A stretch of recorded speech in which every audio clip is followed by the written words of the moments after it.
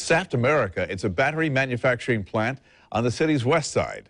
The White House says that its success is really a direct result of the Recovery Act. 7 years ago, President Obama pumped more than $760 billion into a then slumping national economy in an effort to stop the economic downturn. Channel 4's Ashley Harding joins us live. Ashley, this local company is now gaining national exposure today.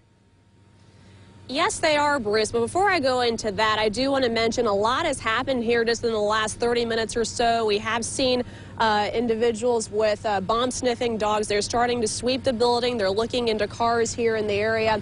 I don't want to show them to you because of what they're doing. Obviously, this is a security issue. But yes, a lot's happened just in the last 30 minutes as we await President Obama's arrival. But again, this company, Saft, the plant opened just over 4 years ago. They specialize in lithium-sized batteries. They can range in size from, say, a briefcase to a large container ship. And they are made to be a lot more energy efficient, and they're shipped all over the world. And some say these products really are geared toward the future. About 100 years, Saft has been a global leader in the production, development, and delivery of high-tech battery systems. This promotional video for Saft America shows its growth and daily operations right here in Jacksonville, a direct result of the president's stimulus package he pushed when he took office. That's according to the White House. That's also the reason President Obama is getting a first-hand look today.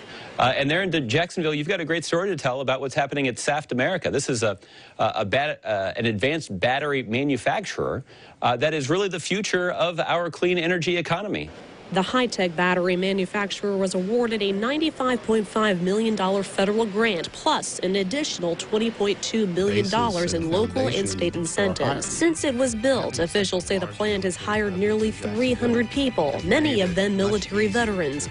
Good news for this military town. Some of the things specifically that the military brings us is strong work ethic, incredible discipline, strong problem-solving skills.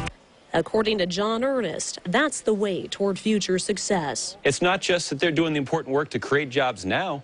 They're actually at the frontier of a brand new industry that could have significant economic benefits for not just the Jacksonville area, but all across Florida.